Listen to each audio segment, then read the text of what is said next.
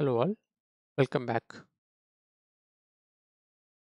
Now we look at third module of this series, and this is all about Azure Storage. And this module is split across four lessons called Storage Accounts, Blob Storage, Azure Files, and Azure Storage Security. And in this particular video, we are going to look at first lesson called Storage Accounts. And if we look at the overview of this lesson, we will start looking at what is Azure Storage, what are the types of Azure Storage, how to access the Azure Storage, and finally we will see a demonstration of how to create storage accounts and how to access them. If we talk about Azure Storage, you can think of it as a service which is used to store any type of files, messages, or semi-structured or even unstructured data.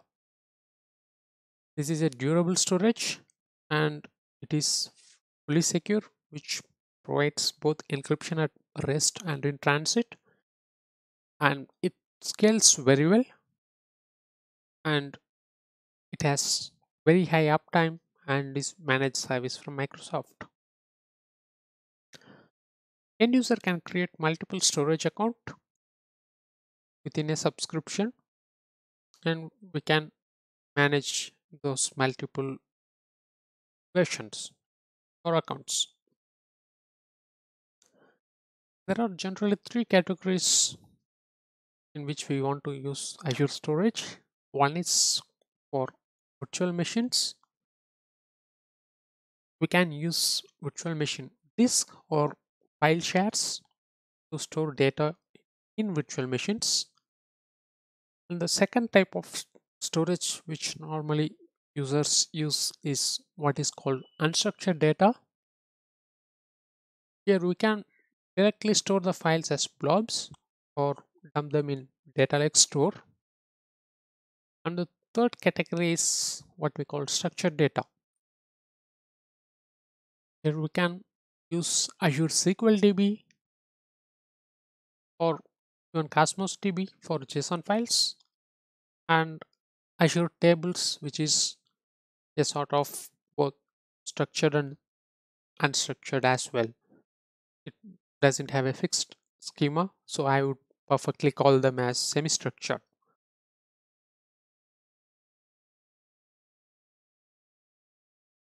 So if we particularly look at Azure Storage Services, we have four type of offerings in Azure Storage.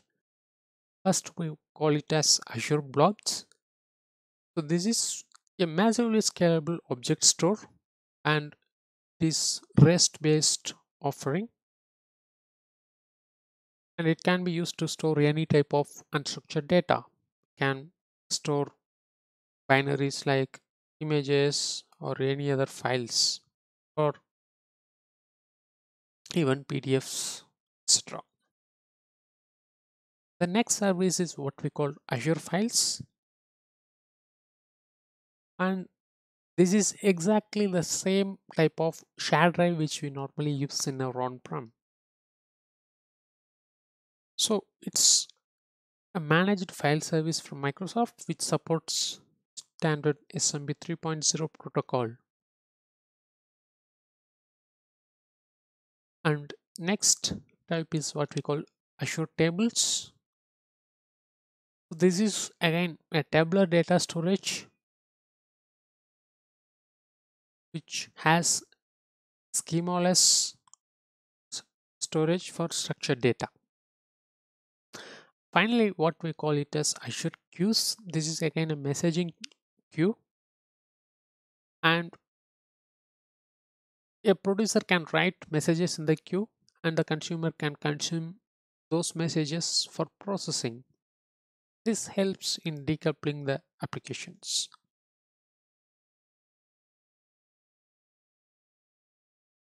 There are two categories of storage accounts based on performance. One is what we call standard and other is premium. And when we choose standard, storage is backed by hard disk drive and it's very cheap. The next premium category is backed by solid state drives, SSDs, and this is bit costlier, but we can have much more performance as well. And normally premium storage is used with Azure VM disks where we have high IOPS requirement.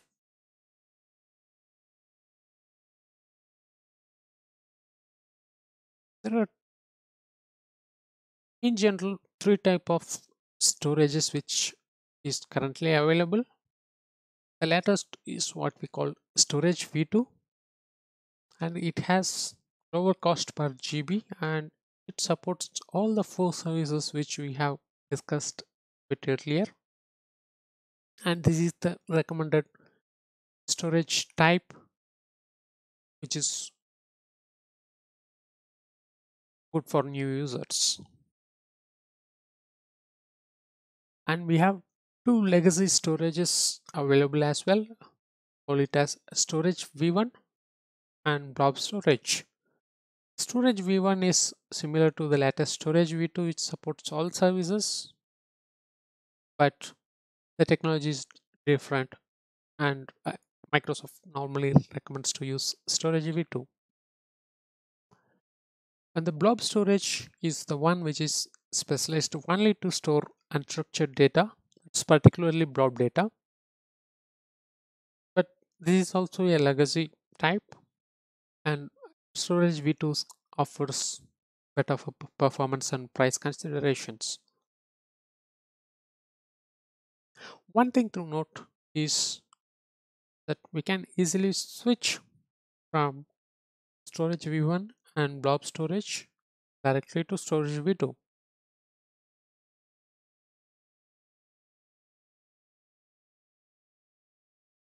So every storage has an unique URL address.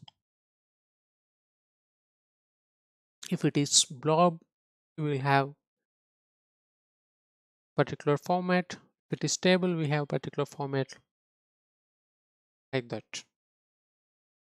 And when we are creating a storage, we will provide a name of the storage account, and this name will become a part of the subdomain of the full URL. So if you look at the slides, we have different URL mentioned for blobs, tables, queues, and files. Here, my storage account is the name of the storage account which we provide during the creation of the storage. And based on that storage account name, we will have an unique URL for blob service called storage account name.blob.core.windows.net. And whereas for table service, we have the unique URL called again storage account.table.core.windows.net. And for queues, it's like same structure .q.core.windows.net. And for file service, it is file.core.windows.net. Here, one thing to note is that since this is an unique URL, we need to use storage account name which must be unique across Azure.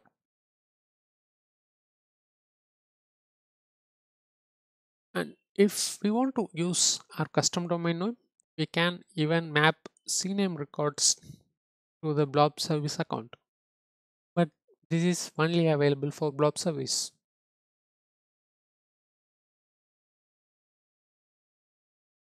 Now we will look at a demonstration of how to create storage account using Portal, PowerShell, and Azure CLI. Then we will look at how to access them.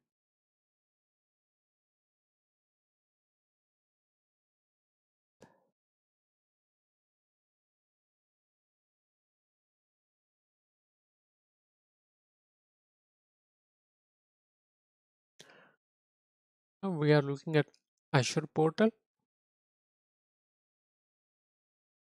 I'll go ahead and create a new resource. And in the popular section, I see storage account and I click on it,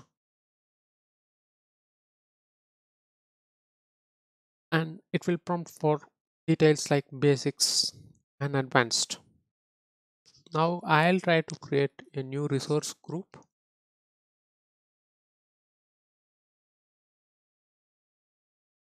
called storage portal org,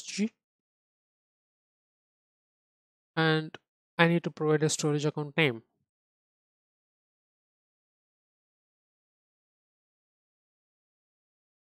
I provide an unique storage account name across Azure, and I choose East US as the region. And there are two performance standards available. One is standard and premium. I currently go with standard, and there is an account kind as well specified. So there are three types as we saw earlier, and the recommendation is go with storage v2. There are multiple replication options available, but we can go deeper in next lessons. At the moment, I'll choose defaults, and for access tier, we have two types, cool and hot. Again, we will look at this in detail, but at the moment, I'll choose hot. And next is advanced options. Here we have multiple options available. One for security, like do we need to have secure transfer? Have options of enabled and disabled. It basically means that whether we want to allow only HTTPS access or allow both HTTP and HTTPS. I choose disable, so I want to access both in HTTP and HTTPS. And whether we want to restrict the storage account to any particular virtual network. I don't want to restrict from any particular network, so I choose all networks. And there are latest features available called blobs of delete. If I want to delete, if I deleted a blob, whether I can come back and recover it. At the moment, I choose this option as disabled. And we have data like store gen 2, which is built on top of storage, which is a hierarchical naming file system. But I don't want to enable this at the moment, so I choose disabled, and I don't create new tags. Finally, I'll check everything is validating successfully, and if it's yes, I'll go ahead and create a storage. It will take a while to get it completed, but in the meanwhile, what we are going to do is we'll switch back to PowerShell, and we are going to see how we can create a storage account from PowerShell.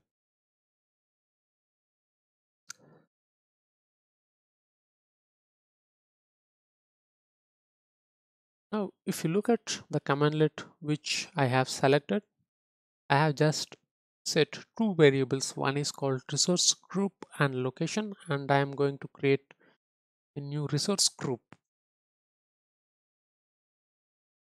It has successfully created the resource group, and then what we can do is we can create a new storage account as well. The particular commandlet which I am executing called new AZ storage account is the commandlet which is used to create new storage account. And this is the latest commandlet which is recommended by Microsoft with new AZ series. Earlier we used to have Azure RM commandlet, and if we want to use that, we want to use new Azure RM storage account, but this is the recommended one. Now it has already created the storage account successfully, and you can see it in the output section. And there is one more tool called Azure CLI, which we can use to create the storage account as well. I'll show that as well as part of this demonstration. First of all, we need to create a new resource group, and I create that using Azure CLI as well. So the commandlet az group create will create a new resource group, and now the resource group creation is successful. Next thing is we can create new storage account using CLI. Az storage account create is the command which we are going to use, and we can pass the different options as well.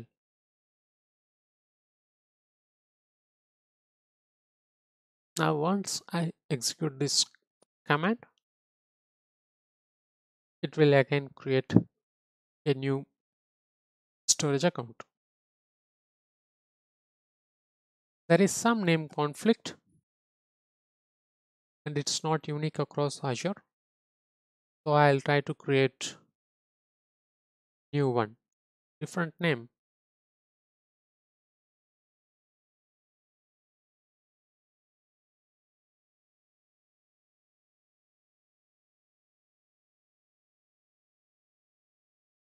It will take a while to get it created.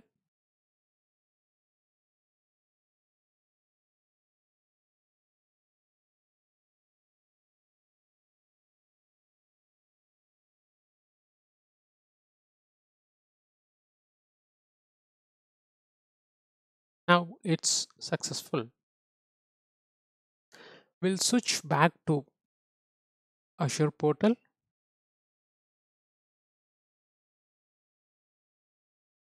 and we are able to see that our portal creation is also successful.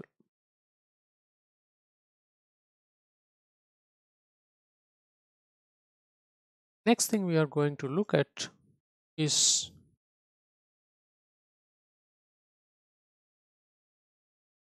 how are we going to access the storage.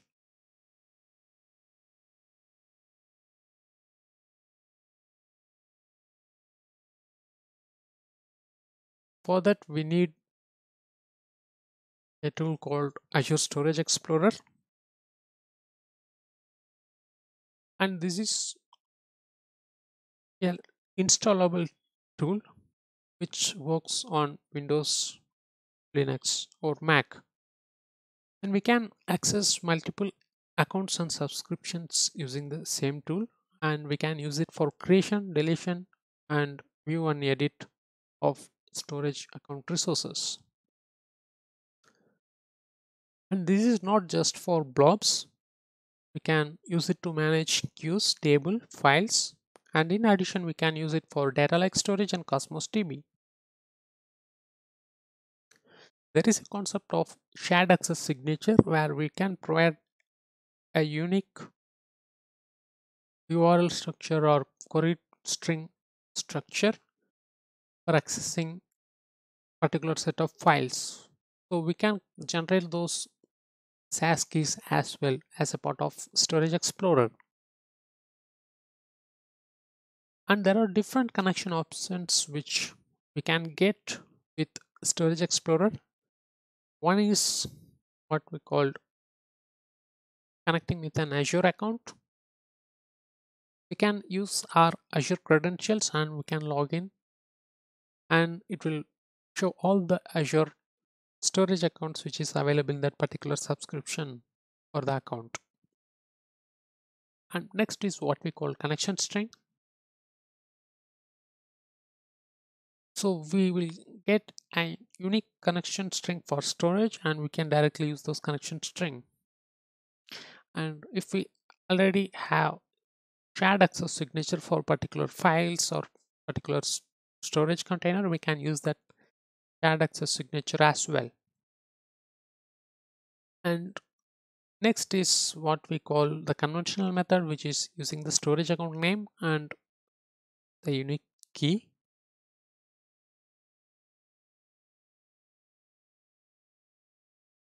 And finally, there is a provision to use Azure Storage in local for development purposes, and it is called emulator. And even we can attach it to the local emulator to manage files inside the emulator.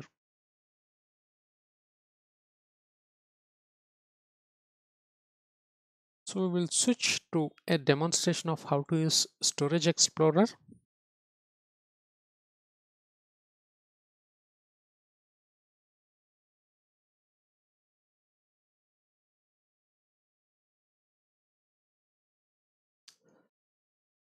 So when you go to Azure Downloads section, and if you search in any search engine for Azure Storage Explorer, we will be able to see options to download the Storage Explorer. Here we can choose the right operating system which we need to install, and this is Windows. So I am choosing Windows, and once I click on download Storage Explorer for free, it will download in my local. So this is a MSI file, and I can double click and I can install it in my local. I have done this installation already, so I'm going to show you how the experience look like. Once I launch the Azure Storage Explorer, so this is empty, and there are options to add accounts as well, as I mentioned. So I click on accounts, manager accounts icon. There is an option to add an account. So if I click on it, it will prompt for my Azure credentials. Here I have different options, as I mentioned, whether I need to use to my Azure account using the credentials, or whether I want to use connection string or SaaS URL or storage account name. And for this demonstration, I'm going to log in using my Azure account credentials.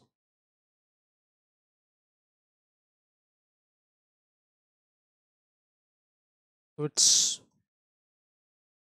prompting for those credentials,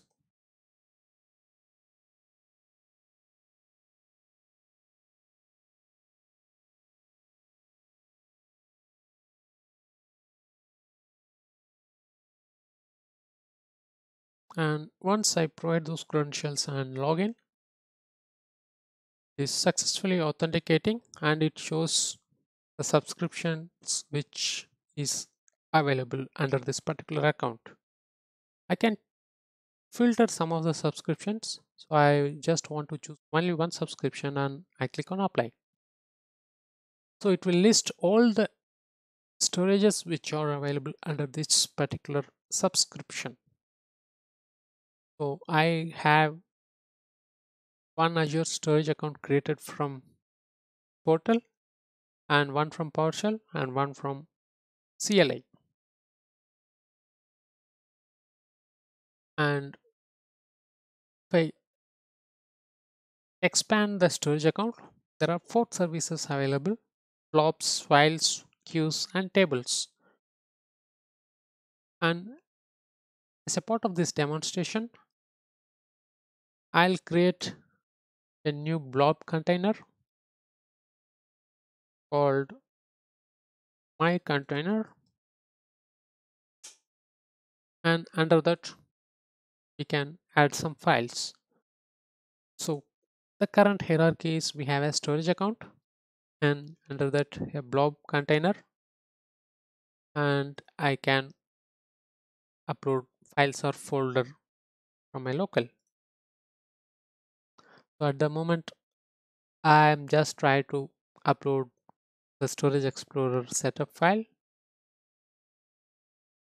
and once I click on upload,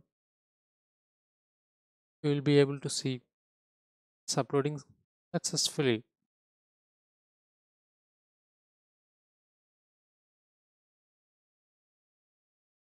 Now the uploading is completed and we can refresh it and we will be able to see the files. That's how we are going to access the storage account. And that's all for this video. Thank you.